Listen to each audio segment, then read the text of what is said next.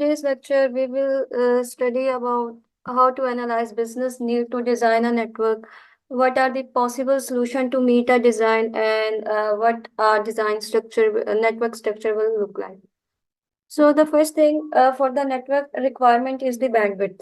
So what is the bandwidth? It means the rate at which you access your network speed. Just like you have seen on your mobile phones, or if you have network connectivity at some time, there is an option of KBS or Mbps on your phones. So it means that you are receiving your internet at megabytes per second, or when it is very slow, when the bandwidth is very slow, it can be in the form of KBS, or when the speed is very high, then you are going to receive gigabytes per second. So it is nothing but just the rate at which you are going to communicate with your network, or the maximum rate of data transfer. Then how it will looks like, you can see that just like it can be thought of as a pipe through which your data can be flow. So if the bandwidth is very high, then there are more greater chances that your data flow might be very high. Your file transfer, if you are doing your online gaming, if you are streaming something, if you are downloading something or uploading something, then it might take some seconds or milliseconds. The speed will be at very greater level. So bandwidth can be from different latencies. Now, what is the latency? Means the distance between the source and the destination. Means the distance between your internet service provider and your device. If the distance is greater, means if the latency is greater, your bandwidth can be slow or low. Or if the distance is shorter, then your bandwidth can be greater. Just like this, you can thought as a water is flowing from a pipe. If your bandwidth is very slow, or if the distance is very, you can say, large between the internet service provider and your device, then it might look like this. And if your internet speed is very high, your bandwidth will look like this. So in other words, bandwidth is the speed of your internet that you are receiving per second.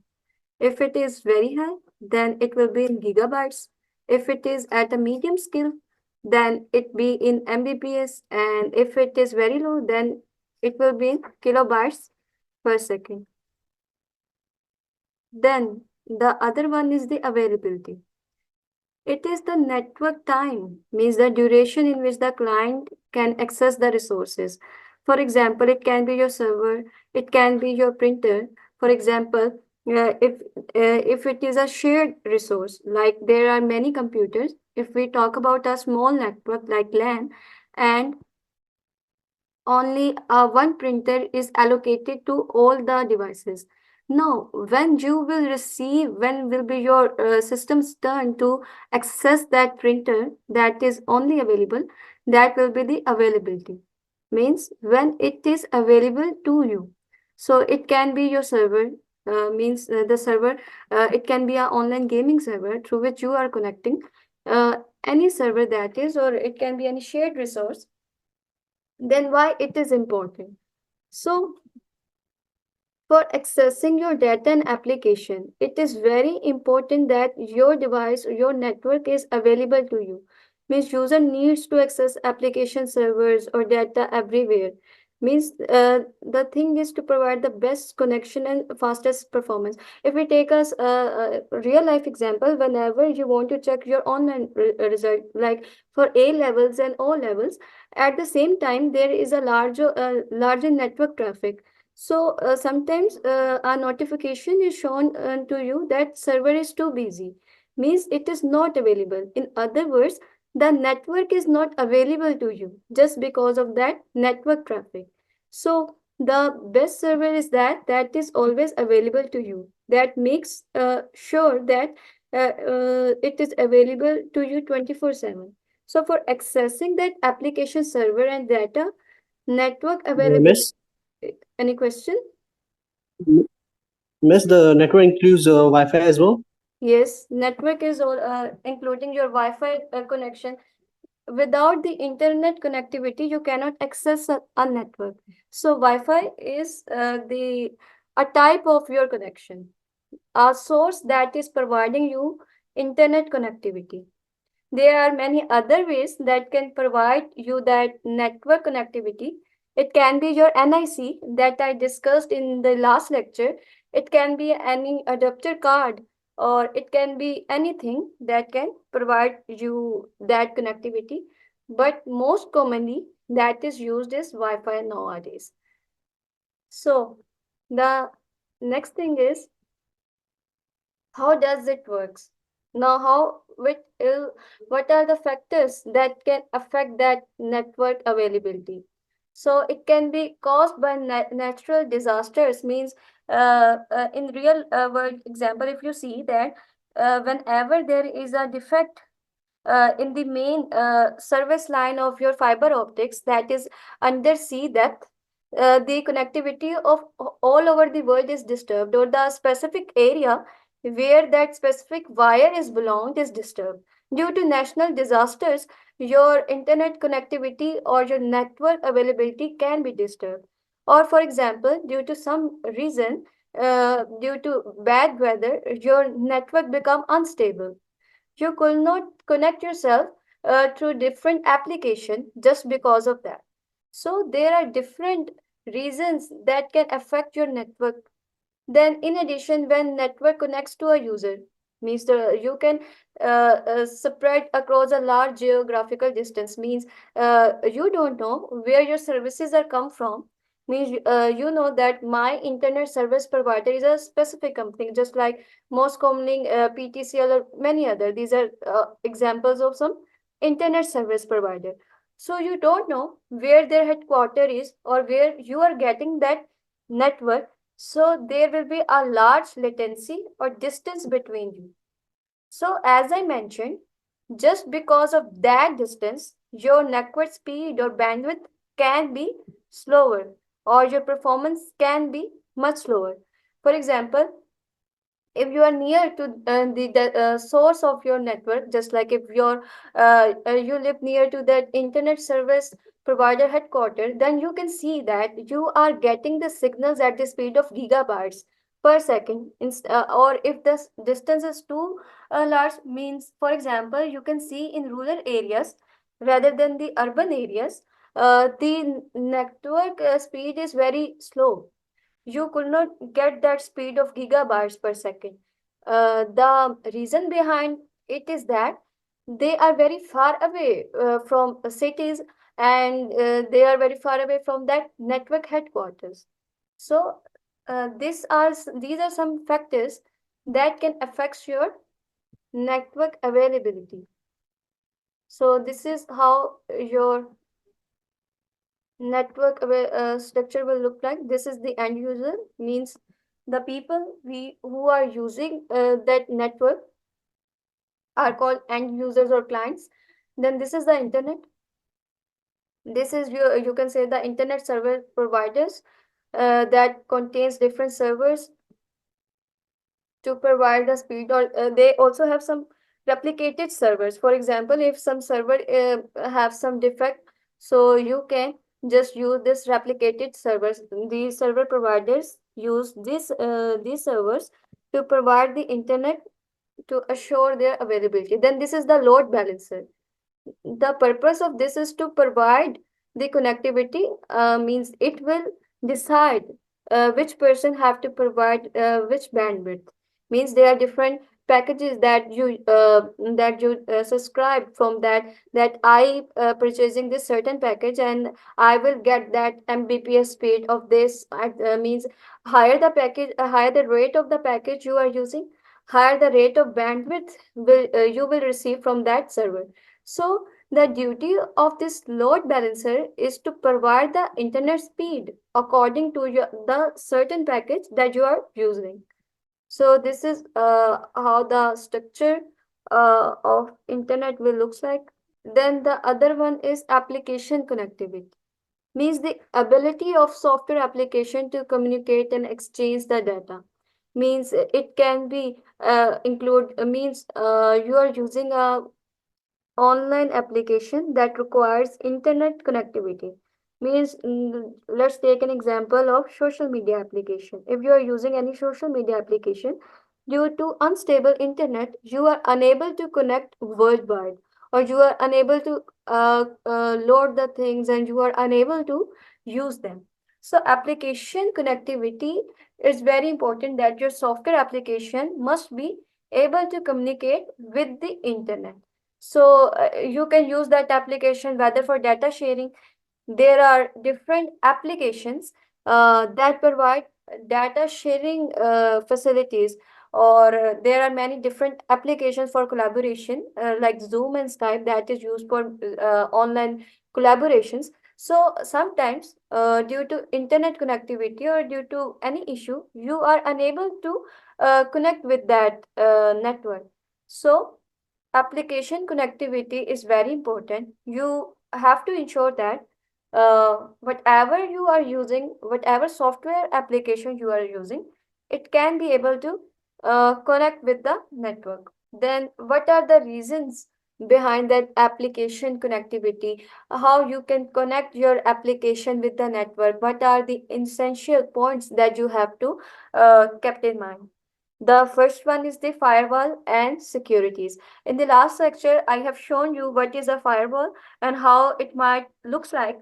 It is a security barrier that your Windows have, or any OS, any other operating system have. Means whenever you download or wants to install any unauthorized application, it will restrict that and first confirm from you whether you allow this device to be installed on your systems or not. And then it will just for your security, so that any unauthorized application or any unauthorized user might not tries to access your system. So you have to configure or allow specific traffic, so it can be provide you encryption. Means encryption means that your data is converted into another form, then in the other form it is decrypted, so you can implement or enables firewalls in your Windows. Then load balancing means that it is also means how your server will distribute your network traffic or data to you. I have discussed that earlier. Then it also ensure that, means the load balancing will ensure that it is providing the services limited to each user, so that there doesn't become a bottleneck. Like, what is a bottleneck? It is a restriction. Just like, for example, a load balancer is responsible for providing the service to every end user.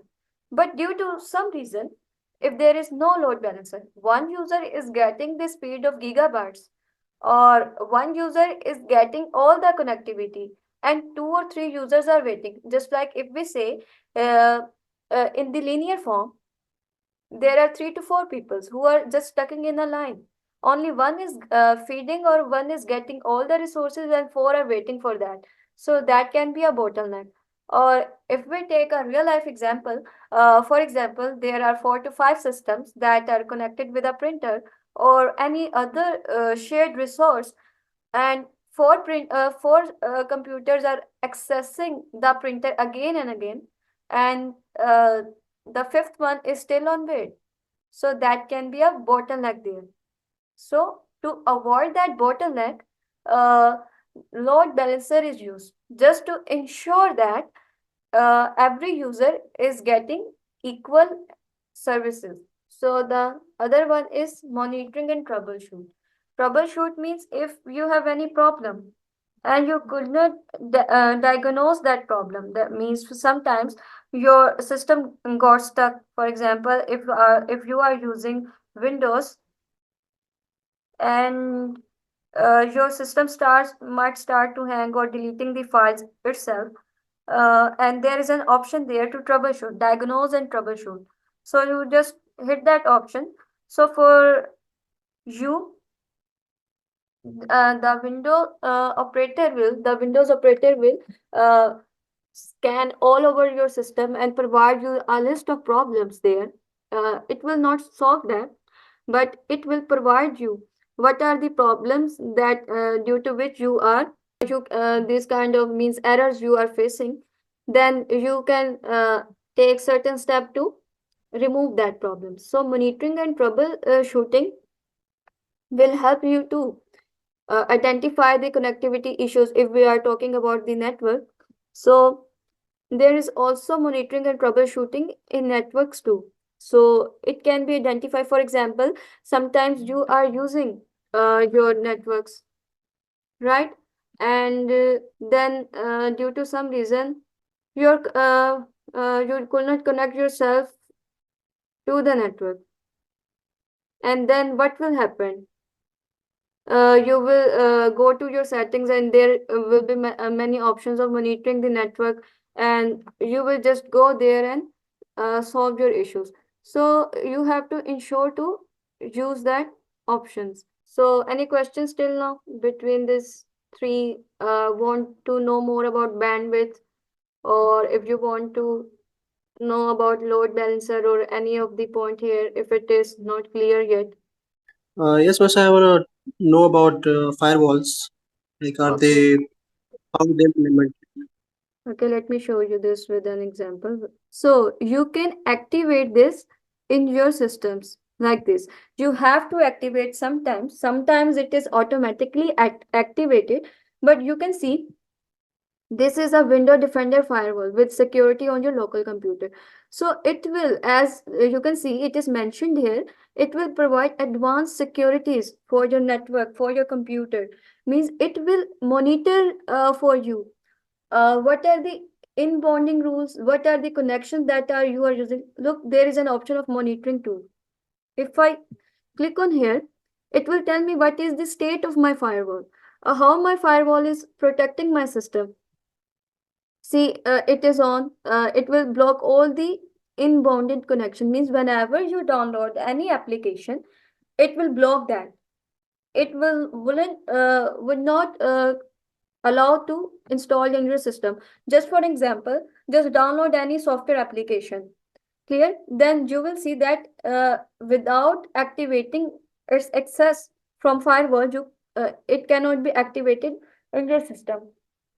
For example, if you want to enable any extension using any software, just like if you are using a Visual Studio Code or any other developmental software, and you want to enable any extension, it wouldn't be enabled until you allow the access from firewall. Just like there are some outgoing rules are there. Look, these are the different applications that are installed in the system, and the action is allowed it here. If you do not allow, then it will show that not allowed.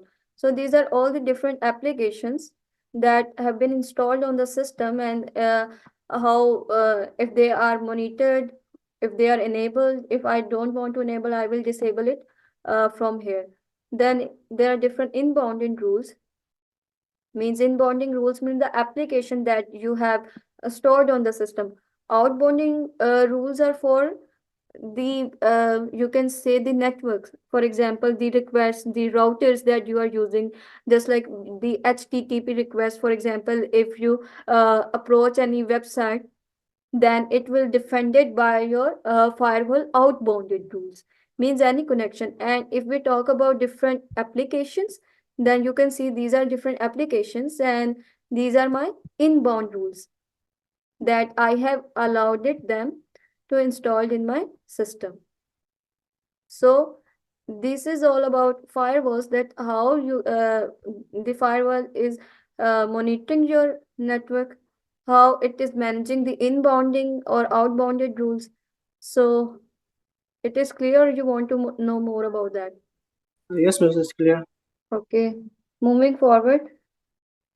So we were learning about network requirements. What are the things that are required to connect with a network? It can be your bandwidth, it can be your application availability. You have to ensure that. And now we will see what is network evaluation and why it is important. Means how you can effectively collaborate with different people using the network, how you can work together on a common goal. For example, you are working in an organization and there are many different platforms that are providing you the service of connecting with each other remotely, and you can work on the common goal. For example, if you are working on a project at the same time, you can connect with different peoples all over the world. For example, freelancing is the most common example of that.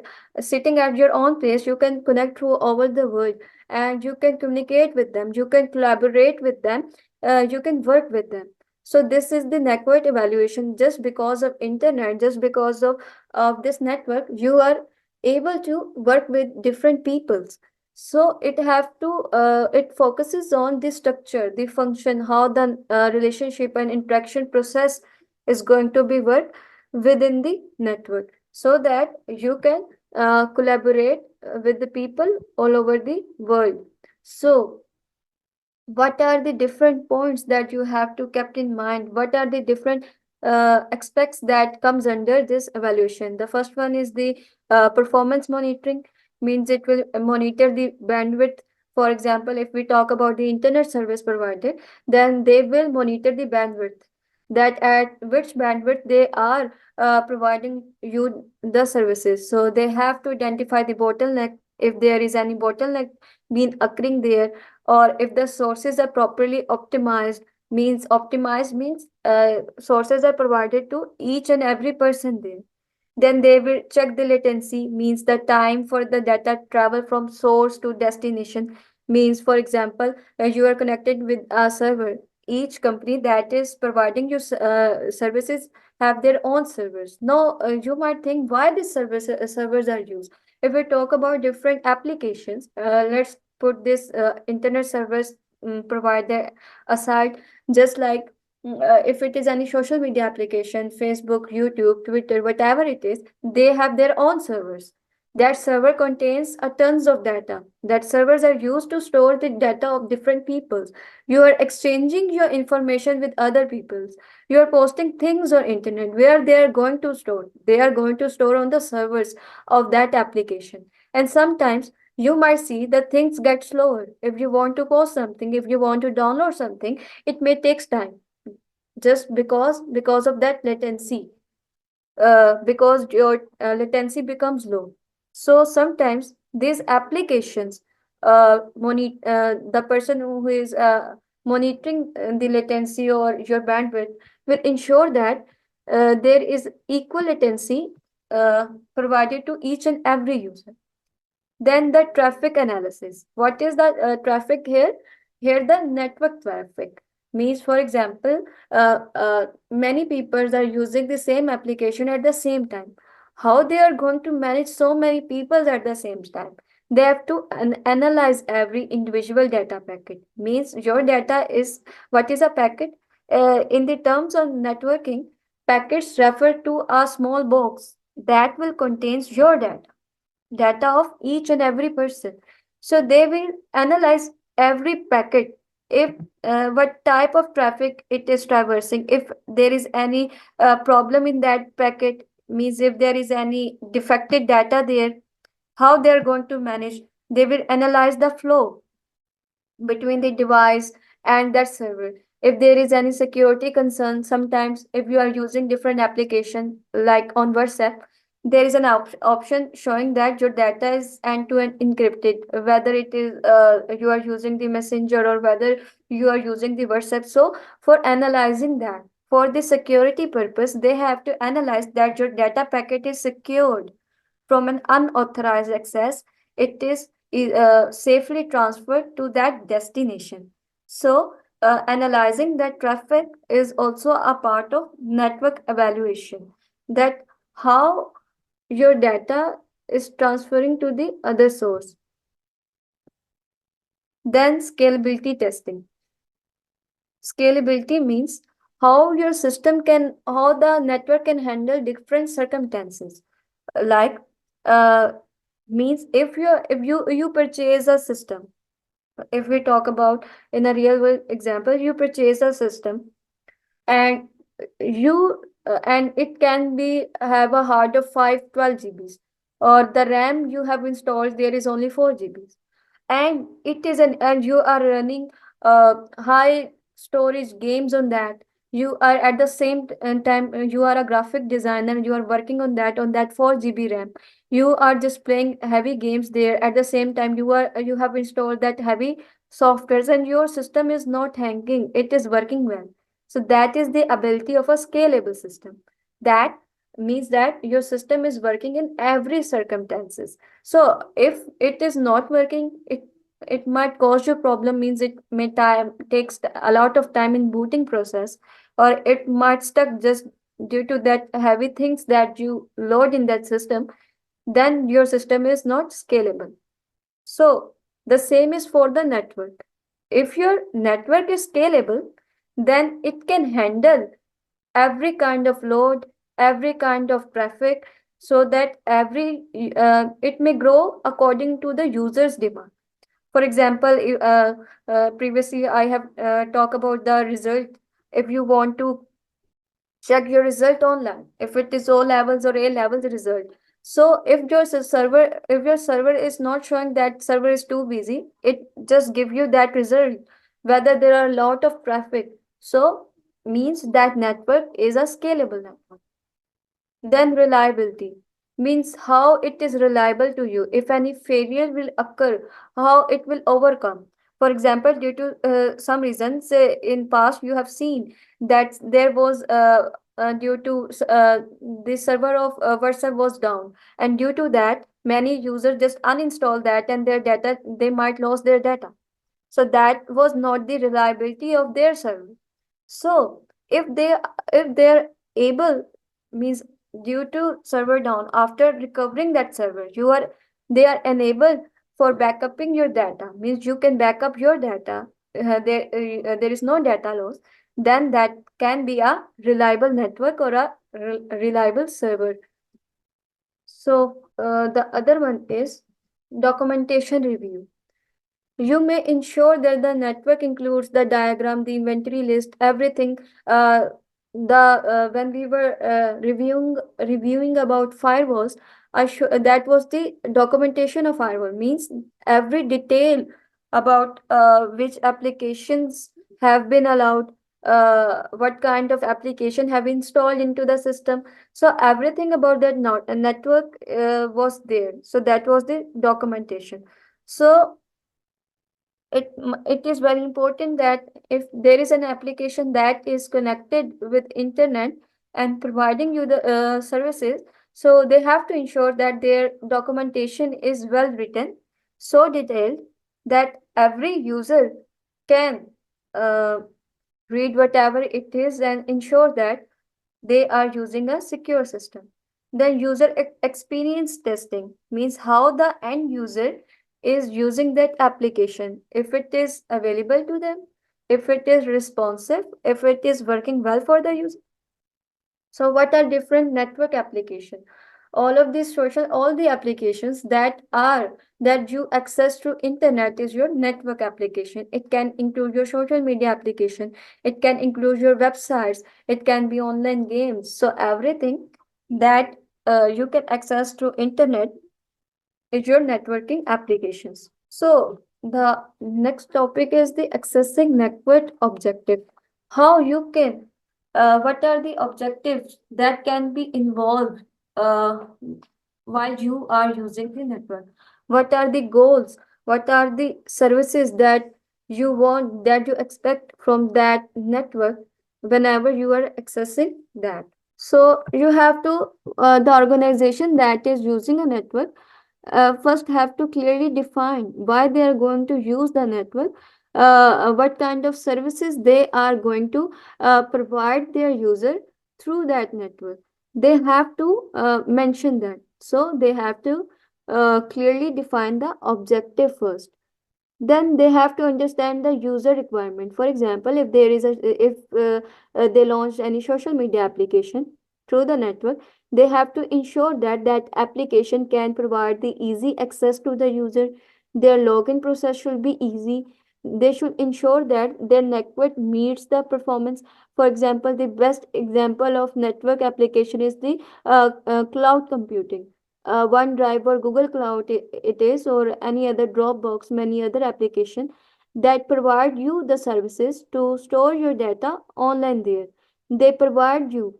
So that is so their goal is to provide a safe storage place to you so that you can store your things there. They have to ensure what will be their objective. Their objective will be your data security. Their objective will be whenever you go and upload something, it should be uploaded easily and safely. Whenever you download something from cloud, it can be easily downloaded. uh, Not any unauthorized user uh, can access your cloud storage. So that can be their objective and that can be your requirement. Means when you purchase online services of it can be Amazon cloud, it can be Google cloud. You purchase that services to store your data there. So what will be your expectations? Your expectations can be that my data should save, I can access that easily, I can store that easily, I can download that easily. So these are all the requirements that organization should understand, which is providing you that services. Then they have to evaluate the performance. Means the network they are using are providing that services or not, whether they are satisfying their users or not, whether their users are satisfied from them or not. So these are all the things that they have to keep in mind before providing you the services.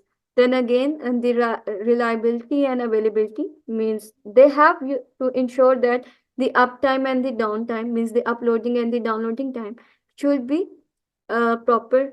Means they have to check different processes that they are always available for you. Not For example, if you want to download your data from that cloud service but you are unable to download, means that network is not reliable for you.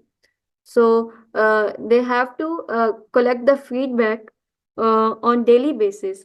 Means from the end user, that whether they are satisfied or not, from their stakeholders, and then they have to provide that to the IT staff to ensure that their networks. So the next one is cost efficiency.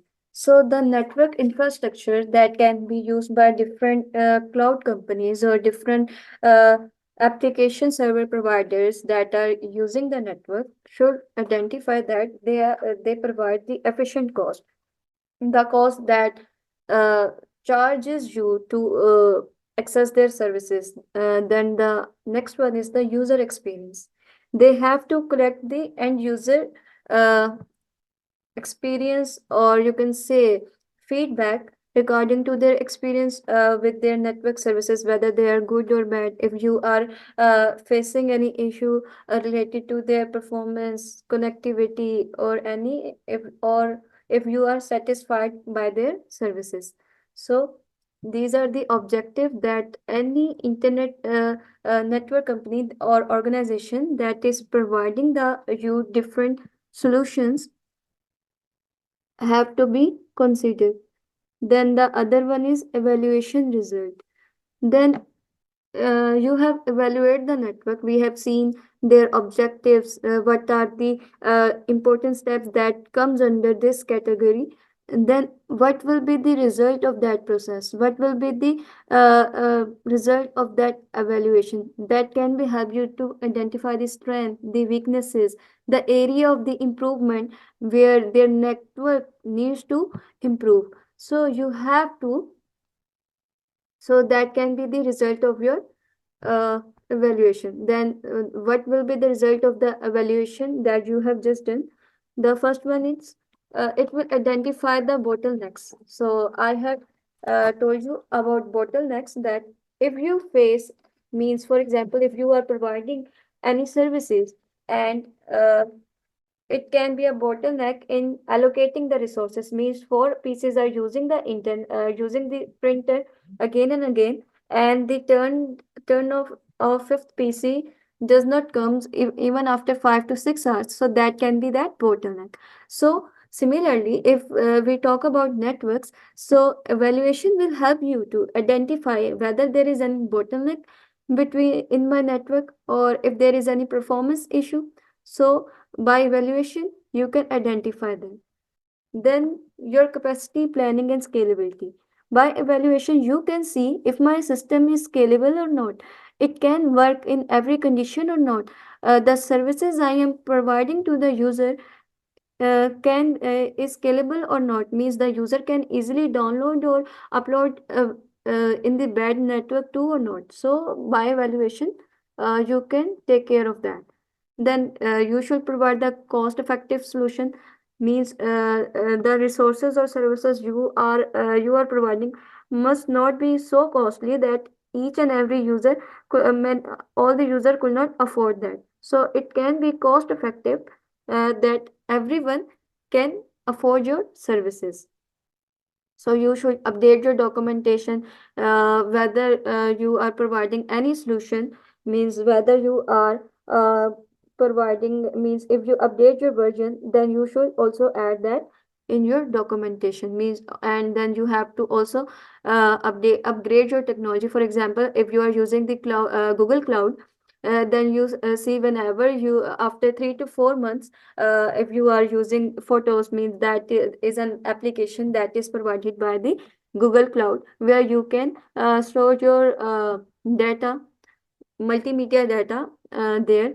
And after 4 to 5 years, there is an option of upgrade, means after upgrading that application, they provide you new features and new features. So you have to upgrade your technology time by time if you are a network service provider. Then you also have to provide training to your employees, how to work with the changing technologies, how to adopt that changing technologies. So that was all about network evaluation. Now the next one is the topologies. So I have discussed a bit in the last lecture about what are topologies. So it is very important topic related to whether you are studying the networks, or whether you are going to study the different computer courses.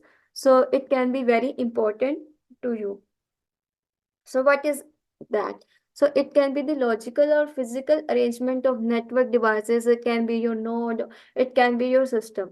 So it means you can say 3 or 4 computers are just take an example of LAN here. 3 or 4 computers are connected with each other. Means that connection can be that physical one, means one wire is connecting all the computers there. That can be the logical one. So means by using the MAC address, they are going to connect with each other. So that can be your network connection. That can be an example of topology. So there are different topologies that have been using. The first and the common was the bus topology. So what is that? It might look like this. So this is the terminator, means this is the node 1. You can take as this is the system 1, this is the system 2, 3 and 4. All are connected with single cable. The terminators here are the endpoints. This is the endpoint 1. This is the endpoint 2. The data will transfer here. For example, a mail is received, and that mail have to check whether it is for PC1 or PC4. So that mail will travel here to node 1. Then that mail will travel, means the mail will go to this node first. So it will check whether the address or mail belongs to this. It will say no. Then it will travel to the same line here. Then it will go to this. If it is belong to this node, then this node will keep that mail. If not, then it will again travel to this. And if does not belong to this, it will go there. And if the 4 systems here does not contains that mail, it will go to the ending point or back to the terminator. So this is how the bus topology will work. All the systems are connected with a single line. And if any data is received by them, so It will travel just like this. So what are the advantages and disadvantages of using this? So you can connect as many as devices with a single cable. Means you can connect n devices to them. So that cable can work as a backbone. Means the cable, this one, will be work as a backbone. So all the devices are connected with only this single cable. So you don't need any other cables. So you can be use a twisted pair cable or a coaxial cable. The black wire cable that have been used for providing the television services to you is your coaxial cable. The telephone wire, if you see, that is your twisted pair cable. So these are the two cables that can be used for providing for that bus topology connection, and the cost of this cable is much less as compared to other topology. And another advantage of using this is that its installation is very easy. You can easily install or configure or connect different devices in the bus topology network. So that are all the advantages. Now what are the drawbacks? For example, let's suppose if my cable breaks down from here or here, what will happen? The connectivity will be, all the systems are connected here are affected. For example, if my cable is breakdown from here, node 1 will also affect because it couldn't connect with other node 2, 3 and 4 will also affect. So this is the greater drawback of using this topology, that if your backbone, if the main cable is defected due to some reason, it will affect all the nodes connected to it. So that's why it is not mostly used nowadays. The other one is the ring topology. So let's see how it will looks like. So this is a ring topology. You can see they are forming a ring here. Clear? All the systems or the pieces are connected in the form of ring. So they will use a token. Means that token will contains the address of a specific system. Means, for example, this ring receives a message. Now this ring does not know uh, which station that message is belong. So they will have a token. So that token will travel to the station 1. If the token matches with the station 1, it will keep. Otherwise, this token will move to this station. So the token is the address of the station, or the system or the PC, whether it is connected. It can be your station. You can take it as your system, whatever it is. So it will travel here. If the address matches, then the station 2 will keep. Otherwise, it will forward to the station 4 and 3. So in this way, the token will travel to all over the ring, so that to provide the connectivity. So if all the station does not contains that address, that will then it will go to the terminator. So this is how the ring topology will work. So there can be a number of repeaters there. There can be 100 nodes. There can be 200 nodes for connecting. So in ring topology, token passing protocol is used. I have discussed that too. So what are the operations ring topology can provide you? The first one is the one station is called the monitor, who takes the responsibility for performing the operation. For example, in if you are in an educational institute, you have a CR there or a monitor of a class there that takes the responsibility that each and every action that is performing in a class is performed well. Means you are responsible for gathering the attendance, you are responsible for handling the student affair. So same as that monitor station takes the responsibility that I will take monitor that all the operations that are going to perform in this ring are going to perform well. Then that monitor will receive the token. Okay, that monitor station will holds the token, and it will pass token to each and every station. And for example, let's see, when no station is transmitting the data, means every station rejects that token, that this token is not belongs to us, then the token will go back to that monitor station. Any questions related to ring topology? So moving forward, other one is the tree. The third type of the topology is tree. It is, you can say that, the variation of star topology. So we have not discussed this star yet. So this is a tree topology. There are three systems, and there are many systems that are connected, and they are connected with the central hub. So what is a hub? Hub is just like that monitor system that we discussed in the ring topology. This central hub is responsible for connecting all over the systems, tokens, whatever they are. So what that you can say a central hub will do, just like in the bus topology, that single cable is responsible for connecting all the devices. Here, the central hub is responsible for connecting all the systems. So this hub will receive the token. This hub will receive the message, and it will transfer to the systems that are beside him, here and here. Then it will also transfer that message to the secondary hub, means the hub that is under that central hub. And this central hub, secondary hub will see transfer this message here to each and every system that is connected to them to check whether the messages belong to that system or not. So that is how the tree topology will work here. We can say that the data is flow from top to bottom, means from the first to the last.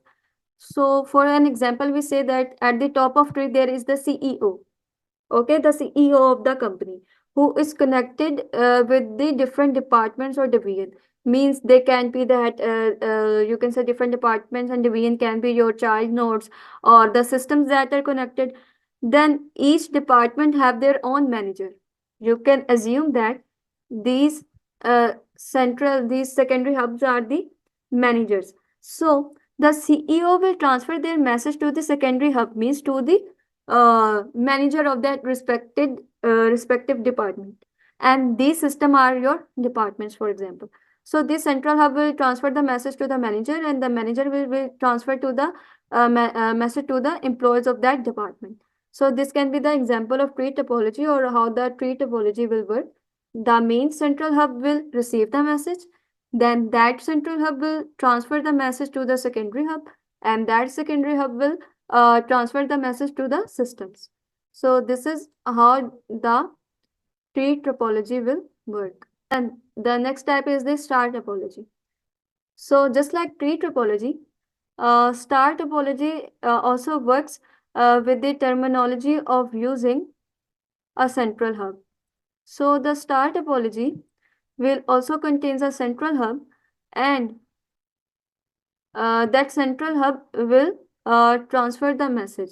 For example, if we take an example of star topology here, just like LAN in your office, they are connected with a central hub or a wireless device.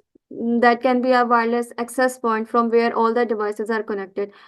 Just take an example of Wi-Fi. Your Wi-Fi is the hub there, and it is and your devices are connected with that central hub.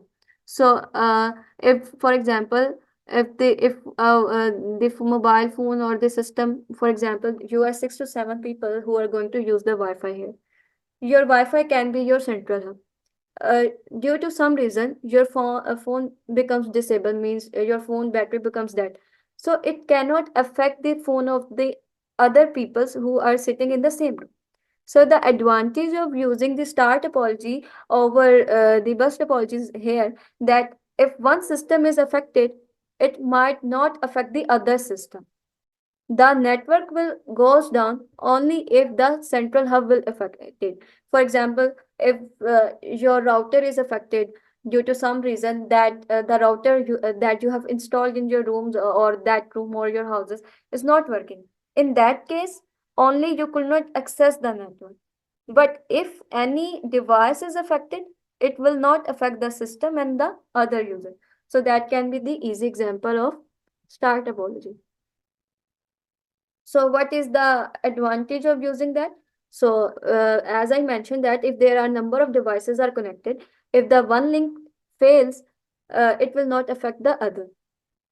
So it is easy to identify. For example, if one user's mobile phone is defected, you can easily identify that this person is unable to use the network. There is the fault and there is the problem. So you can easily identify the problem. And what are the drawbacks? As I mentioned, if the connector or the hub will fails, all the topology will goes down or the system will crash. And it is very cost effective because it provide you the high performance. So any question? If it is clear, we will end our lecture here.